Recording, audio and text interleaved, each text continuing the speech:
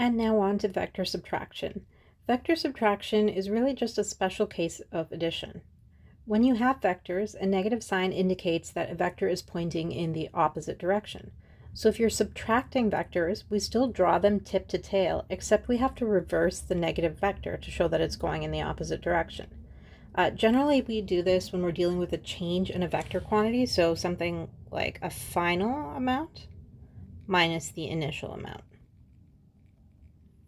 A common one that we do in kinematics is velocity. So if we consider a change in velocity, I'll put a little hat on that to show that it's a vector. We would start with our final velocity and subtract our initial velocity. So our initial velocity would be drawn in the opposite direction. Pause if you need a moment to fill that out, and then let's practice drawing some of these. Okay. So we're going to look at both adding and subtracting, starting with adding, and we're going to draw these vectors tip to tail.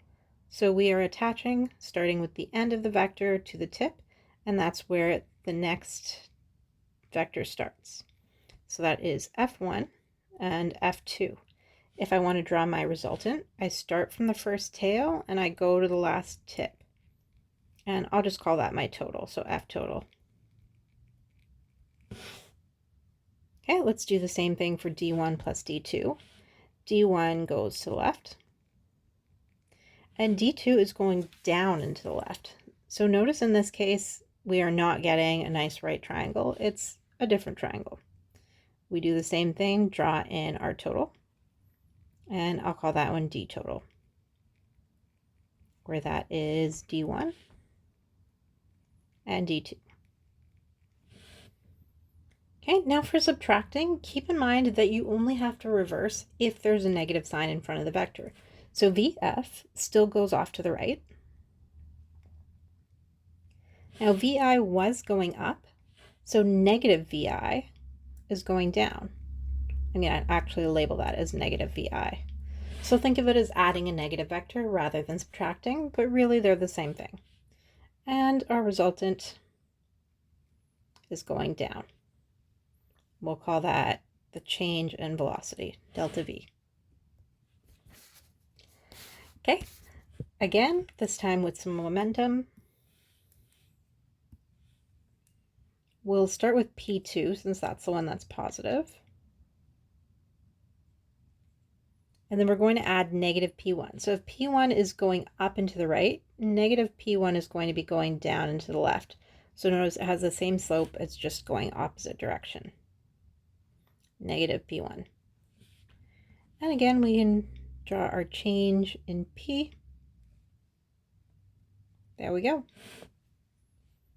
Okay, so the concept's pretty straightforward. It's just a matter of recognizing when you need to use it.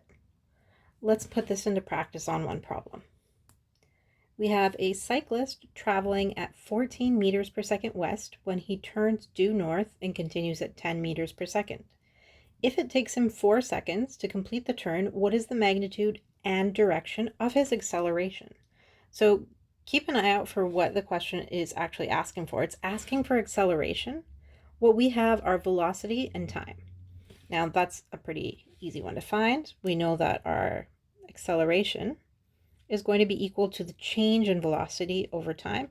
So I just need to calculate that change in velocity. Remember, that's final velocity minus initial velocity, and then I'll divide it by time. So we need a little bit of vector addition or subtraction here, and let's draw our two vectors. So our first velocity is 14 meters per second west. I'm going to call that velocity 1. Remember, that means when we subtract it, it's going to be going east or to the right. I'm going to label that as negative V1. V2 is going up. That one is positive, so we don't need the opposite. So our change in velocity, which is V2 minus V1, can be drawn as such. V2 going up, and then negative V1, which goes to the right. And our resultant, or our change in velocity, is going at an angle. Okay, we know this is 14 meters per second. This is 10 meters per second. So to calculate the magnitude of delta V, that's going to be the square root of 14 squared plus 10 squared. And that's about 17.2 meters per second. For a direction, let's call that theta, we're going north and then a little bit to the east. Theta is equal to, we'll use tan since it's opposite over adjacent, inverse tan 14 over 10, which is about 54 degrees, and that's east of north. Okay, keep that in mind because that's also going to be the direction for your acceleration. Now we still need to calculate that acceleration now that we have the velocity. So A is equal to the change in velocity, that's 17.2 meters per second, divided by the time, which if we go back to our original problem is 4 seconds. Okay, again, notice in my calculation, I keep the extra sig figs if I have them, and my final answer is where I'll go down to 2 sig figs. That's going to be 4.3 meters per second squared at a direction of 54 degrees east of north.